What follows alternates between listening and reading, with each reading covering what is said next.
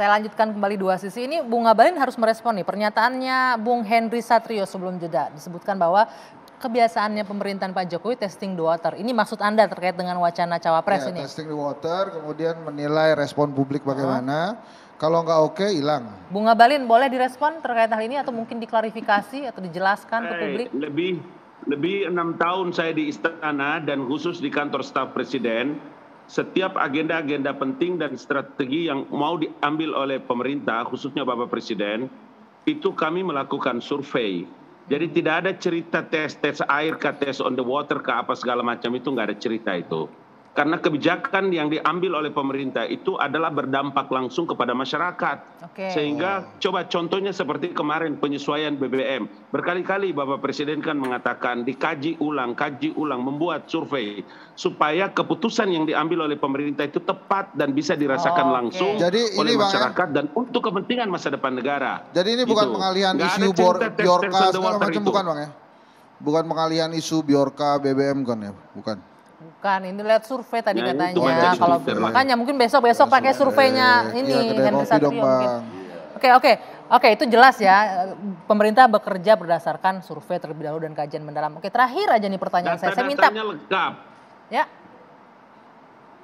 Justru pertanyaan kalau berdasarkan survei kenapa bisa muncul itu kayak gitu tuh di Fajar tuh. Semua dampak positif negatifnya.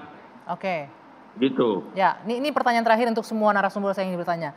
Jika memang wacana cawapres 2024 ini terjadi, Pak Jokowi maju, ini dampaknya apa? Implikasinya untuk iklim demokrasi kita seperti apa? Bung Hensat boleh. Ini terakhir nih, segmen terakhir nih. Ini kalau beneran kejadian deket nih, kita ngomongin Pak Jokowi.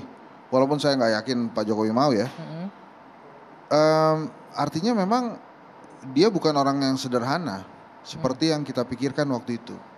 Dia bukan pemimpin yang memang kita idam-idamkan kalau memang mau. Jadi saya ambil garis tebalnya itu, ini bukan ngomongin Jokowi nih. Jadi saya yakin Presiden Jokowi nggak mau. Tapi harus menjadi catatan bahwa dalam kehidupan bernegara itu bukan melulu tentang undang-undang, hukum, dan landasan-landasan lainnya gitu ya. Konstitusional lainnya. Yang harus dipikirkan juga tentang kepatutan, kewajaran, dan kewarasan.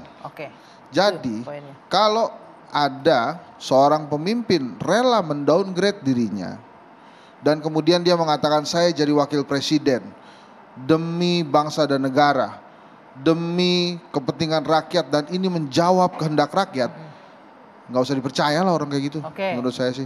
Karena jauh dari tiga hal tadi, jauh dari kewajaran, jauh dari kewarasan, dan jauh dari kepatutan. Bung Masinton.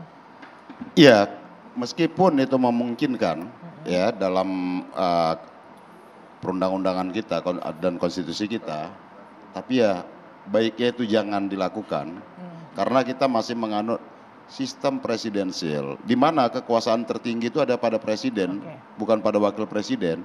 Jadi seseorang yang sudah pernah dalam posisi jabatan presiden, ya hendaknya jangan lagi berpikir untuk menjadi wakil presiden. Karena itulah esensi kita bernegara, menjaga roh dari demokrasi dan konstitusi serta ketatanegaraan kita.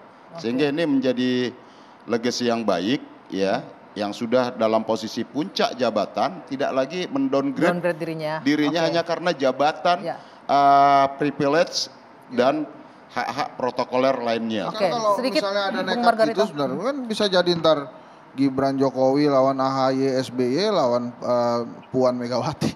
Jadi kan itu nggak pengen kita kayak gitu kan. Bung Margarito, dampaknya apa nih terhadap alam iklim demokrasi kita? Saya tidak melihat sesuatu yang luar biasa di situ ya, dampak negatif atau sama sekali saya tidak lihat itu. Yang saya mau bilang adalah saya menyerahkan ini sepenuhnya pada pertimbangan moral, pertimbangan etik dari siapapun yang memimpikan itu. Ya, Anda tidak bisa bicara hukum tanpa bicara etik. Kekuatan hukum itu terletak pada kekuatan etik. Verifikasi etik dan patuhilah etik itu membuat hukum menjadi indah. Itu saja yang saya minta dari andai kata misalnya Pak Presiden kita memiliki ya katakanlah ada yang menasihati atau apapun yang kira-kira mengarahkan beliau ke situ, saya minta dengan hormat untuk betul-betul menempatkan level etik, level moral di atas meja kebijaksanaan untuk timbang sebaik-baiknya. Oke. Agar ia tidak dikenang sebagai orang yang terserah nanti apa kata orang gitu ya. Jangan lupa, jabatan presiden itu tidak punya kewenangan apapun.